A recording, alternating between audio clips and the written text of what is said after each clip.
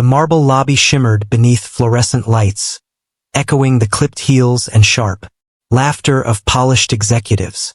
Behind them, tucked in the corner near the security desk, stood Tyler Holt.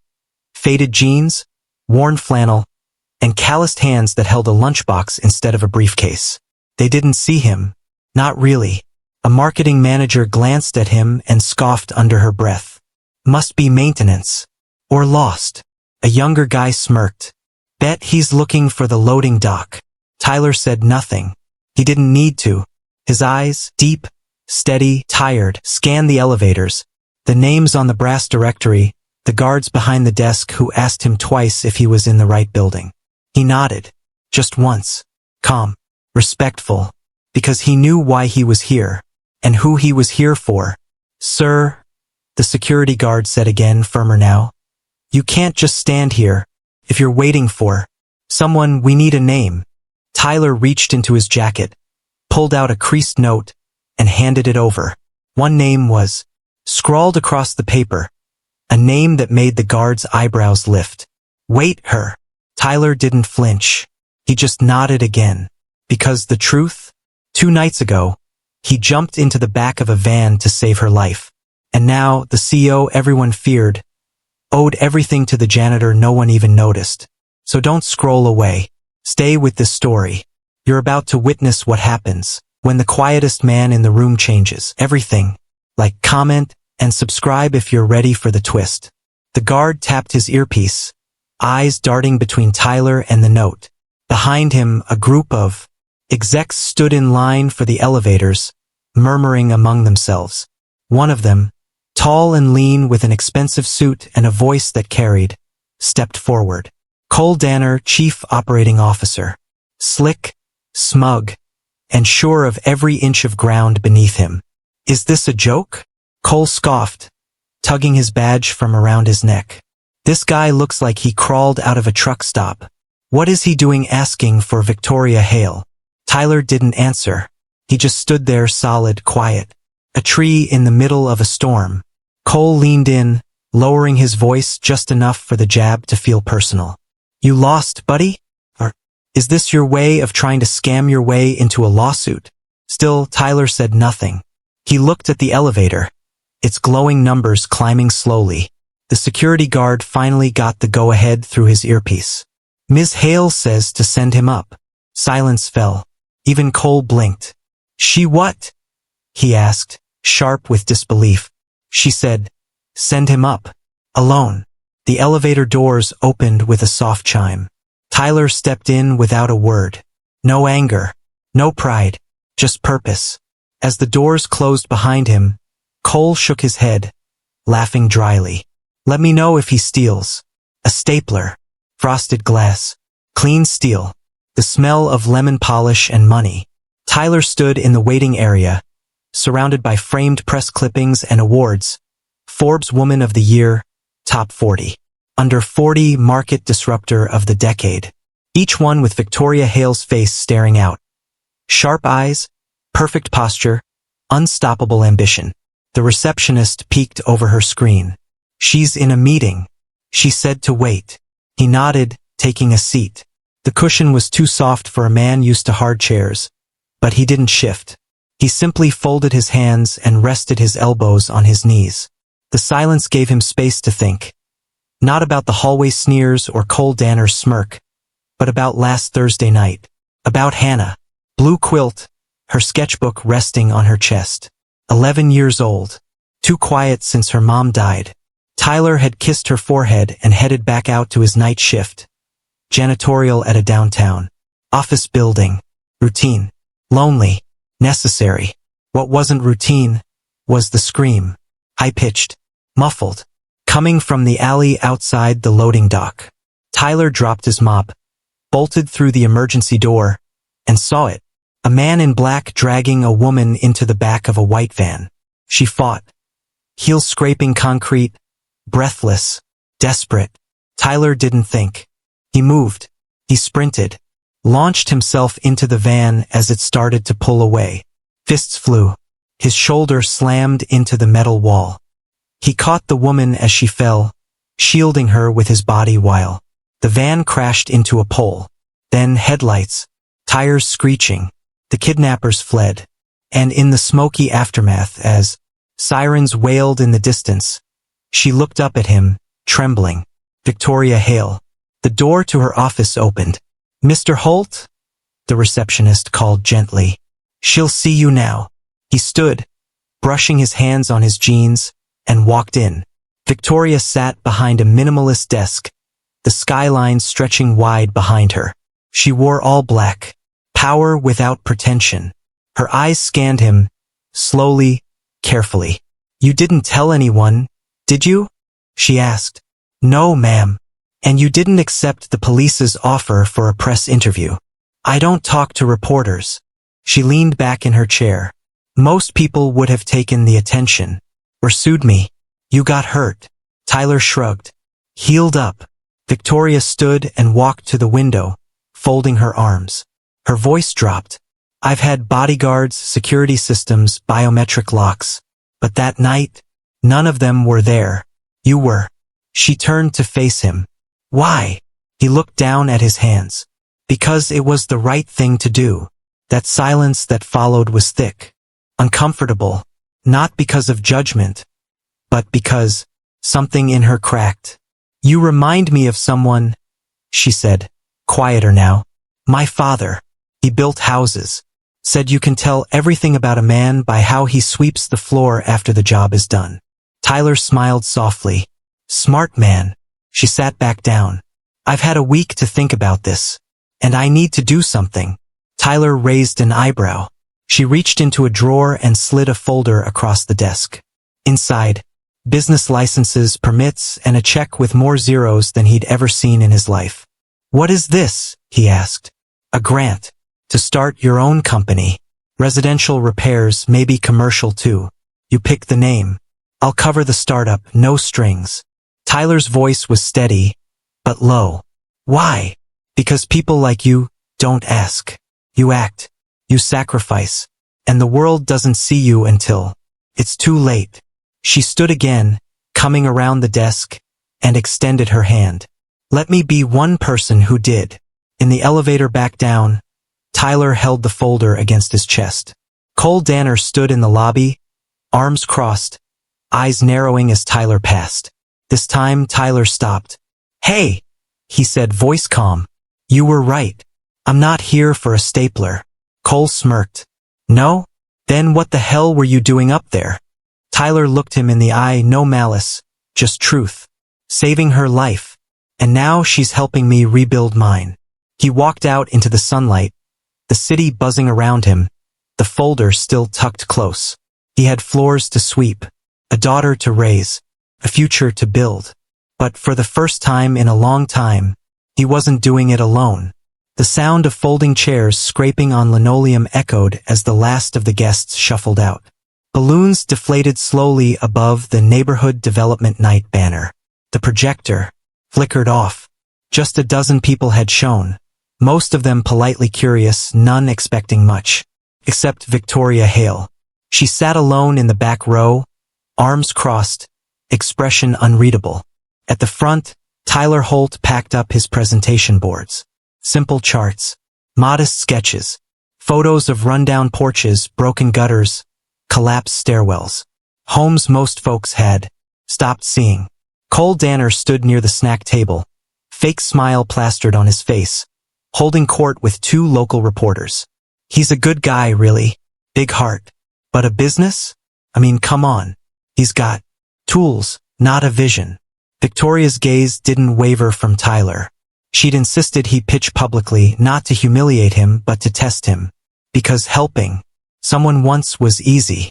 Believing in them when the stakes were real, that took something deeper. "Thanks for coming out," Tyler said, voice soft but steady. "I know folks don't usually show up for stuff like this."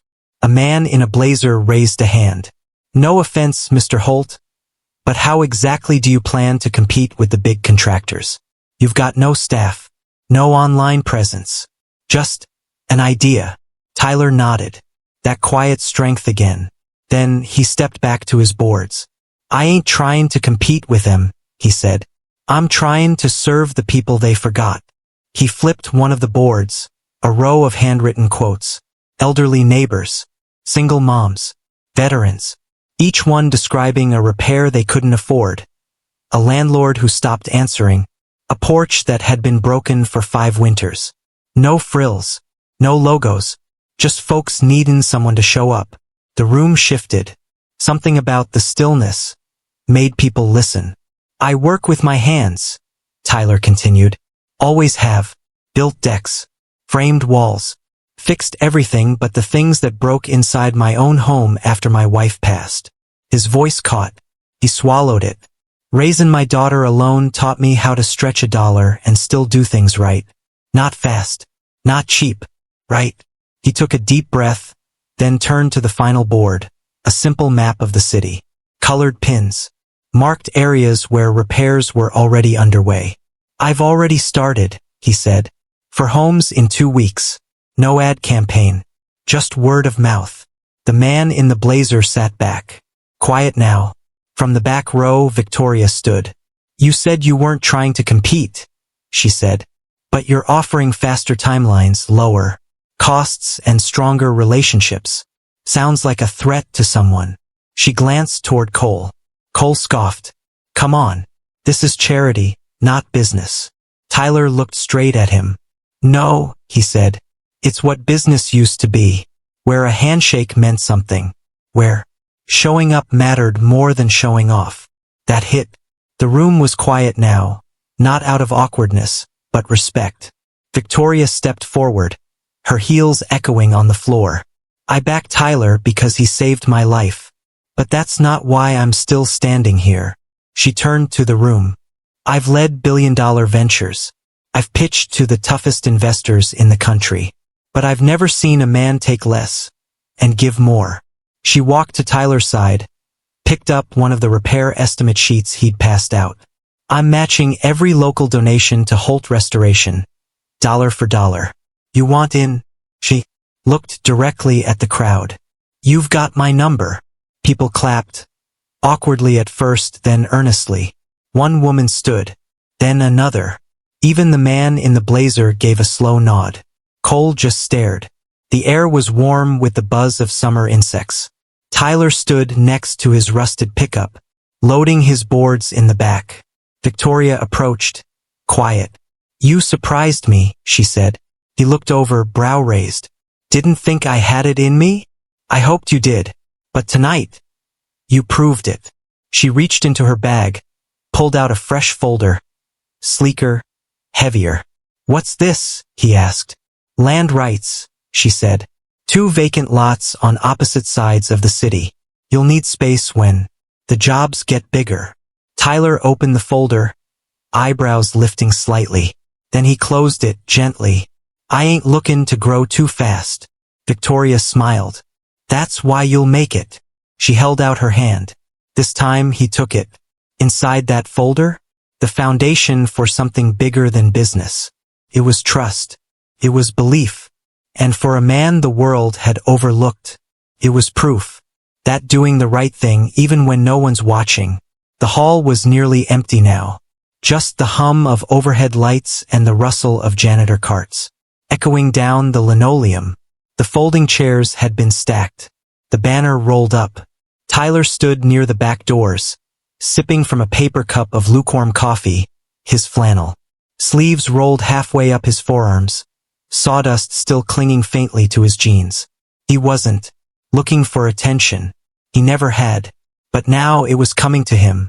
One by one they approached. The man in the blazer, Mr. Hard Questions from earlier, came first.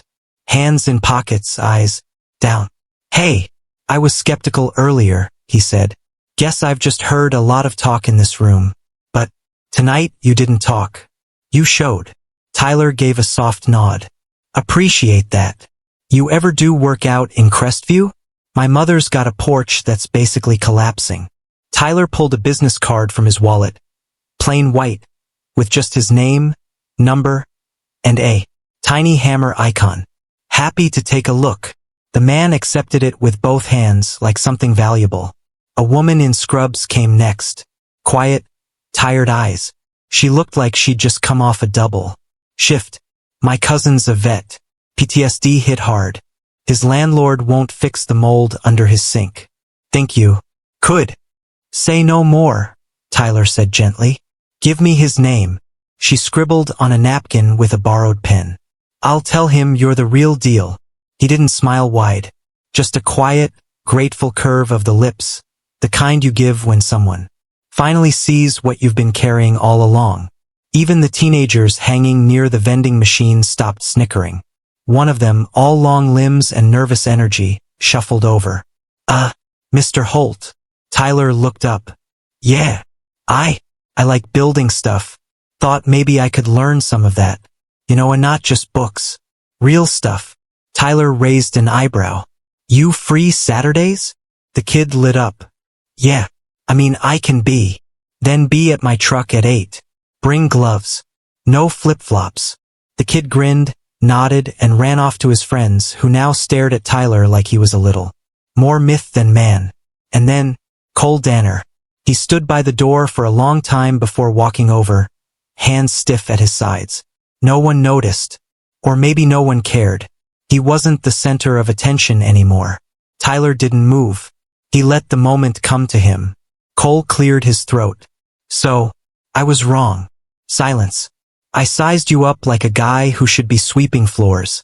Never thought for a second you were the kind of man who'd walk into a fire to pull someone out. He paused. But you did.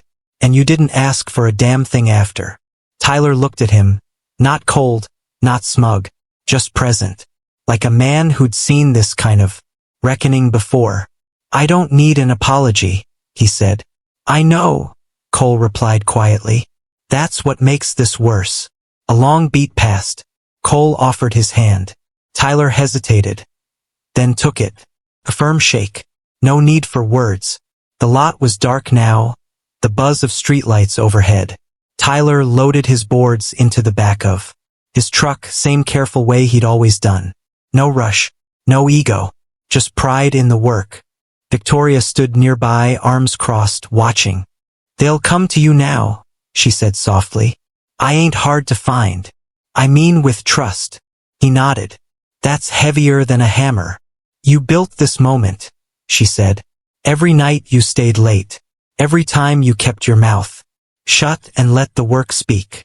Tyler leaned against the tailgate, staring out across the lot.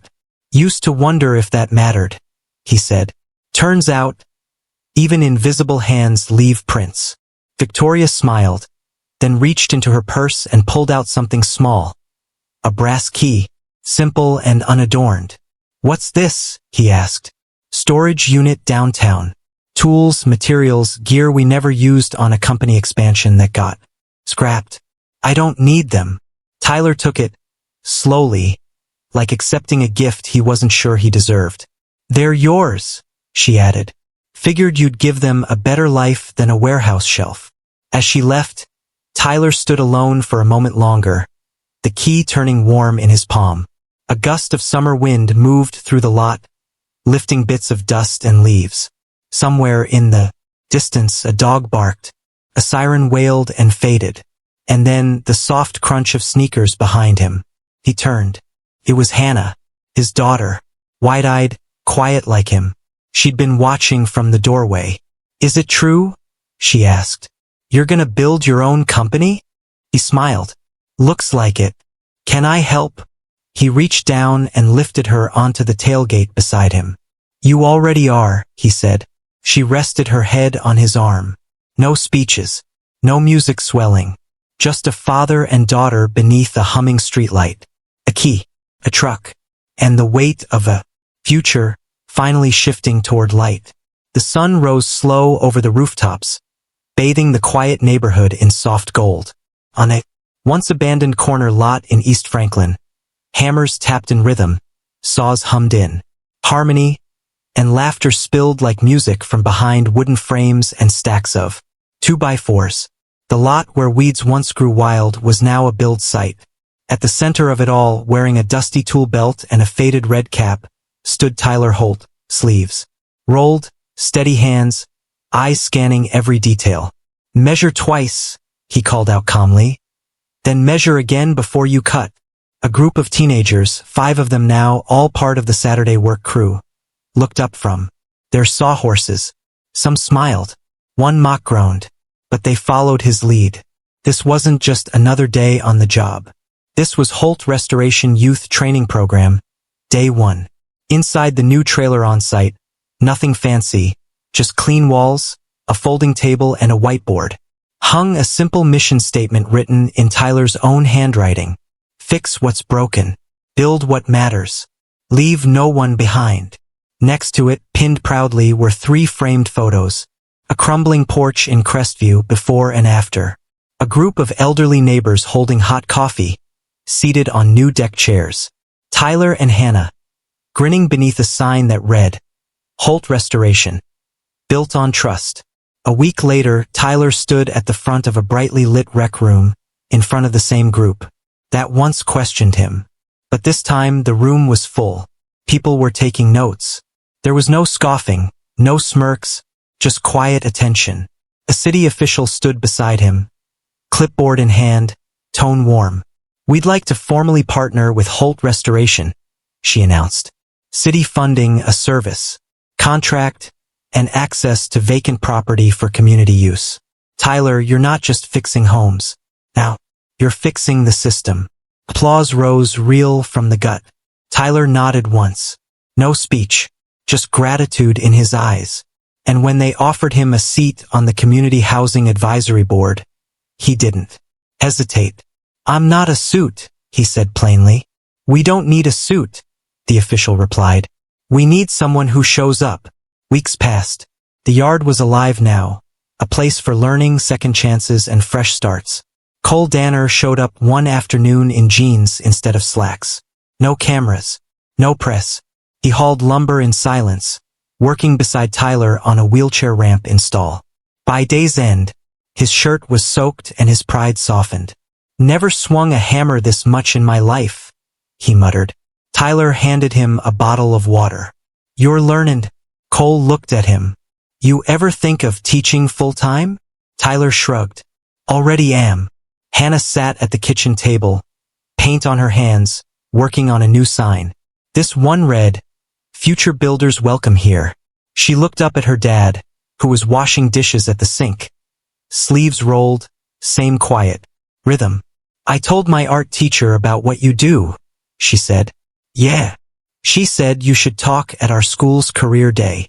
Tyler dried his hands, leaned on the counter, and smiled. You think they want to hear from a guy who fixes fences and hangs drywall? She nodded, serious.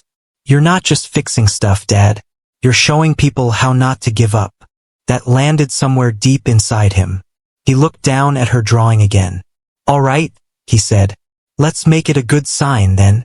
A grandmother in a floral dress opened the door and stepped out onto a freshly built porch. The steps didn't creak. The railing was solid. The paint still smelled new. Tyler stood on the sidewalk, hard hat in hand, watching quietly. She waved. You didn't have to do it so nice. He tipped his hat. You deserved nice.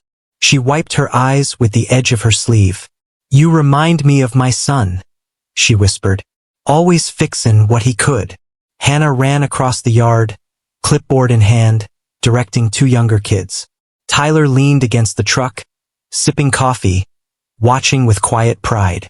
The trailer behind him now bore a mural, painted by local kids.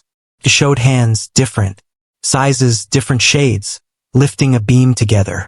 And in the middle, bold letters read. A breeze picked up, rustling the tall grass at the edge of the lot. In the distance, a church bell chimed 6. Tyler took a long breath. Deep, centered, present. The world hadn't made space for him. So he built it himself, one nail, one handshake, one small act of faith at a time. No billboards, no headlines, just homes healed, systems shifted, and people finally seeing the man who'd always been there, showing up, doing the work. Let me ask you something. Have you ever felt invisible? Like no one saw the work you put in, the quiet sacrifices, the late nights, the extra mile you walked when no one was watching? Tyler Holt felt that way too. For years. Just a single dad with a mop, a toolbox, and a heart that refused to quit. But here's the truth. Every act of integrity matters. Every porch you fix, every child you protect, every time you show up, even when no one asks, it matters. And sometimes, life gives that goodness back. Not in the way you expect, but in the way you need most. So if you're someone who's been overlooked, if you've kept your head down and kept going, we see you. We honor you. Drop a comment if this story reminded you of someone. Maybe a parent, a neighbor, teacher, or you. Share your story. We'd love to hear it. And if you believe the world needs more people like Tyler, hit that subscribe button and stay with us. Because sometimes the greatest heroes aren't the loudest. They're just the ones who keep showing up. Quiet hands, steady heart, and a life built one small kindness at a time.